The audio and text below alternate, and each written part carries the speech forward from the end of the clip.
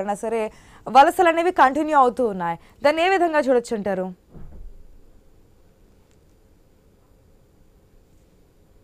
ఈ వలసలు అనేది పోతున్నారు చూడండి.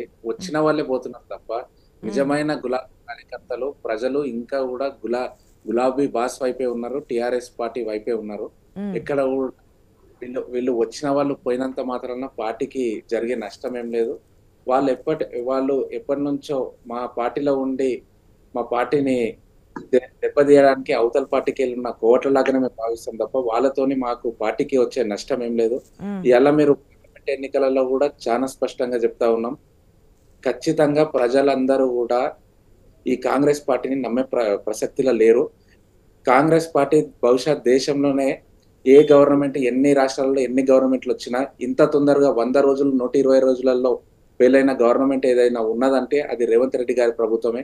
అది చాలా స్పష్టంగా కనిపిస్తా ఉన్నది ఈ తెలంగాణ లోపల. కాబట్టి ఈ రోజు కాంగ్రెస్ పార్టీ వైపు ప్రజలు లేరు. ఎందుకొరకంటే వాళ్ళు ఇచ్చిన హామీలు ఏదైతే డిసెంబర్ 9 తారీఖు నాడు రుణమాఫీ ఇస్తాం, ఇప్పుడు వేసుకుంటే 10,000, అప్పుడు వేసుకుంటే 15,000 అన్న రైతు బంధు, ఇట్లా ఎన్నో అనేకమైన అమలు చేయలేని వాళ్ళు హామీలు ఇచ్చిర్రో వాటి లోపలనే ఫెయిల్ అయిపోయారు. కాబట్టి కాంగ్రెస్ పార్టీ వైపు ప్రజలు లేరు. ఇంకొక విషయం వైపు కూడా ప్రజలు లేరు. ఎందుకొరకు అంటే ఈ తెలంగాణ కొరకు కొట్లాడాలన్నా, ఈ తెలంగాణ హక్కుల గురించి మాట్లాడాలన్నా, తెలంగాణను అభివృద్ధి చెందాలన్నా అది కేవలం టిఆర్ఎస్ పార్టీతోని కేసీఆర్ గారి నాయకత్వంతోనే సాధ్యపడతాయని చెప్పి ప్రజలకు కూడా బాగా అర్థమైపోయింది. ఇంకొక విషయం కూడా ఏంటంటే మొన్నటి ఎన్నికలలో కేసీఆర్ గారు అనేది ఓడిపోలేరు. కేవలం 1.8% ఓట్లు మాకు తక్కువ వచ్చినాయి. ఆ వచ్చిన క్రమం కూడా ఎందుకొరకు అంటే ఎక్కడ ఉన్నా అక్కడ సిట్టింగ్ లో వ్యతిరేకతతోని మాకు నష్టం జరిగింది తప్ప కేసీఆర్ గారి నాయకత్వాన్ని ప్రజలు ఎక్కడ కూడా వద్దు అనుకోలేరు. ఇలా చాలా స్పష్టంగా కనిపిస్తుంది. రేపు జరగబోతున్న పార్లమెంట్ ఎన్నికలలో కూడా మీకు ఒక్క ఓటు తేడా వచ్చినా సరే గెలుపు ఓటమిని నిర్దేశించింది అవుతుందండి రాజేంద్ర గారు.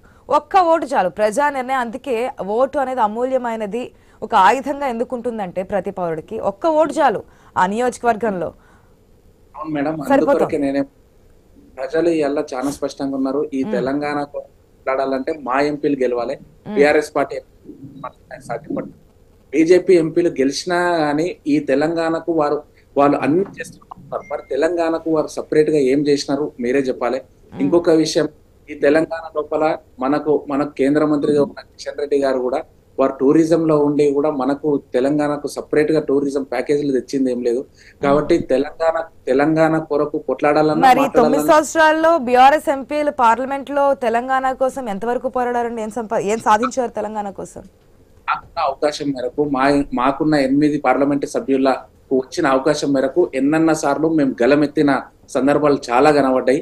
అది అందరు కూడా ప్రజలు కూడా చూసినారు. ఇంకా కూడా ఈ తెలంగాణ గురించి మాట్లాడాలంటే అది కేవలం బీఆర్ఎస్ పార్టీ ఎంపీలతోనే సాధ్యపడుతుంది. కాబట్టి రానున్న పార్లమెంట్ ఎన్నికలలో 2 పార్టీలకు కూడా మించి సీట్లు మాకే వస్తాయన్న కాన్ఫిడెన్స్.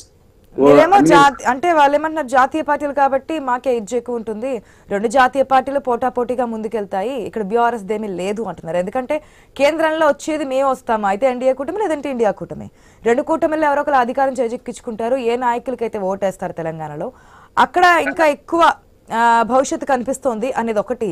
మీరు ఇంతకుముందు అంటున్నారు ప్రజల్లో ఈ విధంగా ఉందని. నాయకులకే నమ్మకం లేకుండా పక్కదారి పడుతూ ఉంటే ప్రజల భరోసా ఏ విధంగా ఉంటుంది మేడం? నాయకుల చేతులతోనే నడిచే పార్టీ కాదు, బలమైన క్యాడర్ ఉన్న పార్టీ టిఆర్ఎస్ పార్టీ, ప్రజల బలం కలిగిన పార్టీ టిఆర్ఎస్ పార్టీ. కేవలం ఒక నాయకుడు పోయినంత మాత్రాన టిఆర్ఎస్ పార్టీకి జరిగే నష్టం ఏం లేదు. ఇంకా కూడా ఎక్కడ నియోజకవర్గాలలో పోతున్న ఒక్క నాయకుడు పోతే ఆ నియోజకవర్గంలో ఉన్న వందల వేల లక్షల సంఖ్యలో మా పార్టీకి సభ్యత్వం ఉన్నది. ఇంకా ఆ కార్యకర్తలు అందరూ కూడా మా పార్టీ వైపే ఉన్నారు, మా పార్టీ పైన భరోసాతోనే ఉన్నారు. మీరు ఇంకొక విషయం, కేంద్రంలో వాళ్ళు వస్తుండొచ్చు కానీ ఈ కేంద్రంలో తెలంగాణ యొక్క గొంతు ఎత్తాలంటే అది గులాబీ జెండాతోనే సాధ్యపడుతుంది. కేవలం బీఆర్ఎస్ పార్టీ ఎంపీలు కేవలం తెలంగాణ రాష్ట్ర ప్రయోజనాల గురించి మాట్లాడతారు తప్ప వేరేది మాట్లాడరు. కానీ అదే బీజేపీ పార్టీ గెలిచినా, కాంగ్రెస్ పార్టీ రాజేంద్ర గారు ఒక డౌట్ వస్తుందండి, క్లారిటీ ఇవ్వండి. ఇప్పుడు బీఆర్ఎస్ అనేది ప్రాంతీయ పార్టీనా జాతీయ పార్టీనా? జాతీయ పార్టీ మేడం. కానీ మేము మాట్లాడేది